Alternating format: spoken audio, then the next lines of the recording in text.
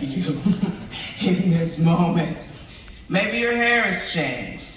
Maybe your weight has changed. Maybe your address has changed. Maybe you had a beard then, and maybe you have a mustache now. The point is that what is on your ID represents a moment in time. The click of a camera, the flick of a lens. In other words, what was then might not be what is now. But one thing has not changed. You are still you.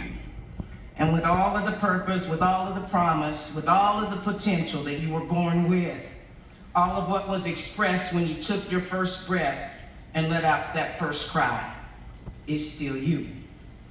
But I've learned that life in an earth suit can sometimes try to tell us otherwise and attempt to impose limitations upon our greatness. Like the moment my 8-year-old self was in line at the Dairy Queen on Mitchell Avenue. I was there with my beautiful daddy, and this was way back in the 60s. There was a little boy who was on his daddy's shoulders. And they were in line in front of us. And at some point, the little boy turned to look at us, me and my beautiful daddy. He poked his dad on the shoulder and he said, "Look." His dad turned around and the little boy pointed to us and he said, "Daddy, what are those?" I'll never forget the look on that father's face, nor will I ever forget the pain that I saw on my daddy's face that day. Or like the time when I was invited to the slumber party with the rest of the girls in my class on Monday, but was told by my cheerful classmate on Friday that her parents had said that I couldn't come because I was black. Fortunately, like that ID we talked about a minute ago, these incidents were snapshots in time. The pain was a snapshot in time, but not a definition of who I am or who I would be, nor of what I was capable of achieving. The truth is, I was very blessed to have parents who raised me to believe that in spite of moments like those, I could be anything that I wanted to be, that I could achieve anything that I wanted to achieve. My parents were raised, by the way, in the Jim Crow era. They were freshmen in high school, one at Central, one at Lafayette, in 1953 when the public schools here were integrated. They were part of the first integrated class of seniors to graduate in the St. Joe Public School District. They were raised in an era of limitations, in an era of you can'ts. Yet they instilled in me and my sisters that all things are possible, that I could achieve whatever I made up my mind to do, to go out and do. In other words, they said, go out and get it.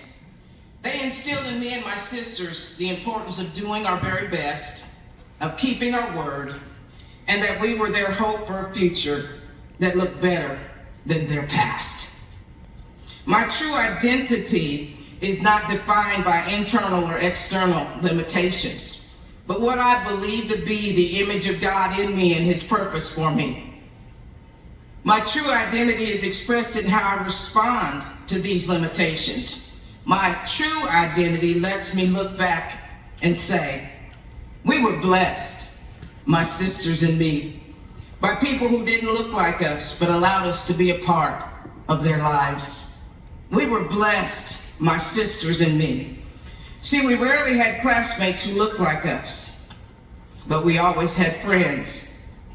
We were blessed, my sisters and me, because we had the chance to learn from others and to teach others that people are more alike than they are different.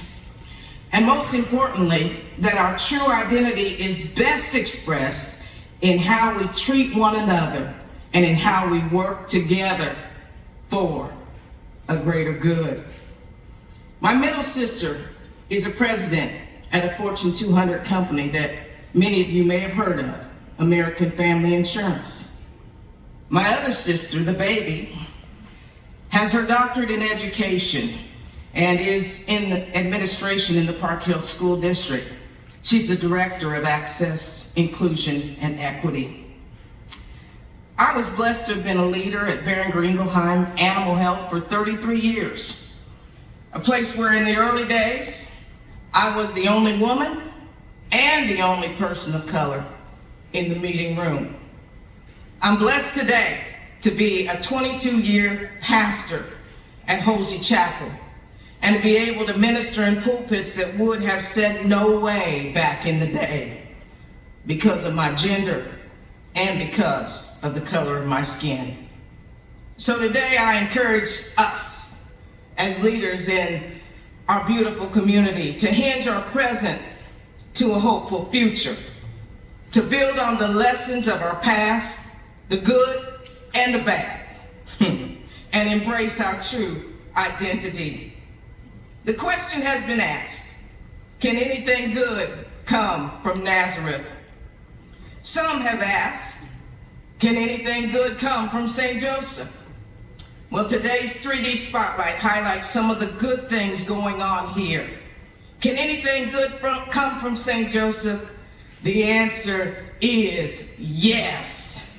Take a look.